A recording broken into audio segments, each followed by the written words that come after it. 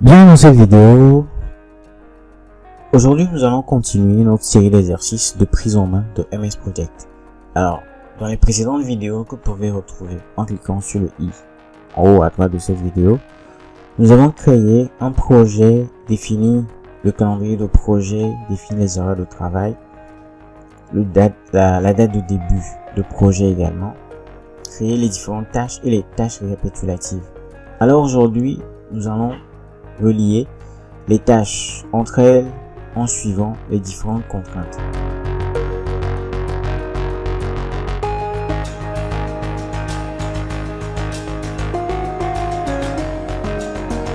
Alors dans MS Project, nous avons différents types de liens. Nous avons 4 types de liens en tout. Les liens de fin à début, les liens de début, les liens de fin, et les liens de début-fin avec différents usages. Alors, nous allons voir un peu plus dans la pratique ce qu'il en est. Je vais dans Project, je vais partir sur présentation et je reviens là. Ok. Donc, déjà, j'ai à ma disposition une colonne prédécesseur ici que je peux utiliser. Je vais utiliser cela et on est là. Donc c'est dit que la tâche numéro 3 a pour prédécesseur la tâche numéro 2.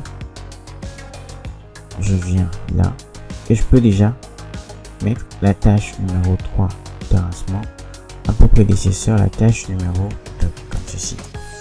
On peut remarquer qu'immédiatement j'ai une relation de fin-début, c'est-à-dire la fin de la tâche numéro 2, ou plutôt la fin de la tâche sur la ligne numéro 2 constitue le début de la tâche sur la ligne numéro 3. Donc voilà à peu près comment se présentent les éléments de mon tableau. Je vais accélérer la vidéo, terminer cela et je reviens.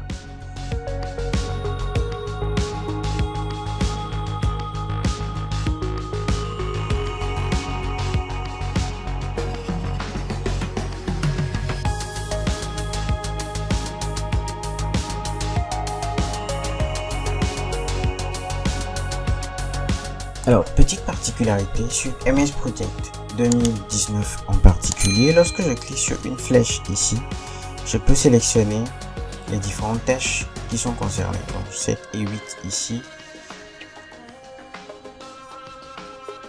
comme ceci, ou soit directement taper 7.8 ici et tâches 7 et 8 sont considérées comme tâches précédentes à cette tâche là. Mais non. Une autre façon de faire sur la porte, la tâche 7 est la tâche précédente. Je peux double-cliquer sur la tâche comme ceci et dans les tâches prédécesseurs, je vais aller sélectionner la tâche numéro 7 comme ceci et je fais OK. Immédiatement, ça a été également affecté. Je vais au niveau de cuisine, 7 et 8 également.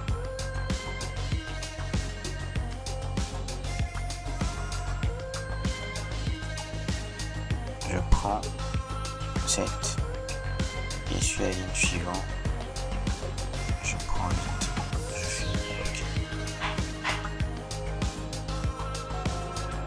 Ensuite, j'ai 10, 11, 12 et puis 14. Ici,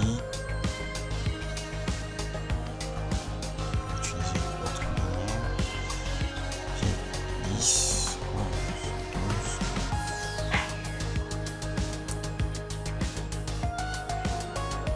Et là, j'ai 14. Voilà. Voilà à peu près défini la liste de mes différentes tâches avec le prédécesseur. Immédiatement sur le diagramme de Gantt, je peux voir comment se présentent mes différentes tâches.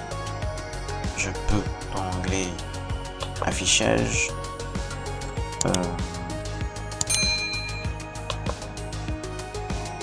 faire un zoom arrière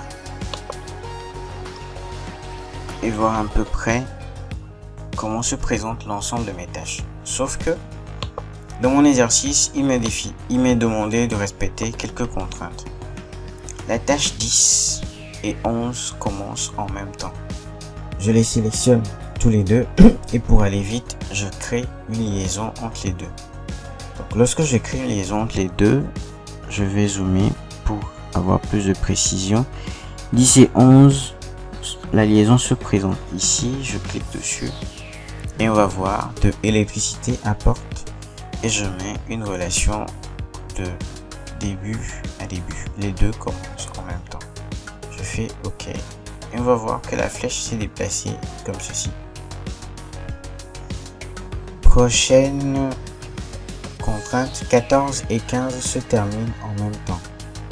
Je viens cliquer, je sélectionne les deux, je crée un lien. Je vais retrouver la liaison du lien. J'ai coupé mon clic. Et là, je dis que les deux se terminent en même temps. Et voilà. Donc, je revérifie rapidement. J'ai lié les tâches entre elles tout en respectant les contraintes. En guise de résumé, nous avons trois façons de créer des liens. Soit on sélectionne deux tâches et première manière, on sélectionne deux tâches et on clique sur le bouton lier comme ceci et le lien est créé. Soit on double-clique sur une tâche et on va dans l'onglet prédécesseur pour définir les tâches prédécesseurs à cette tâche là. OK.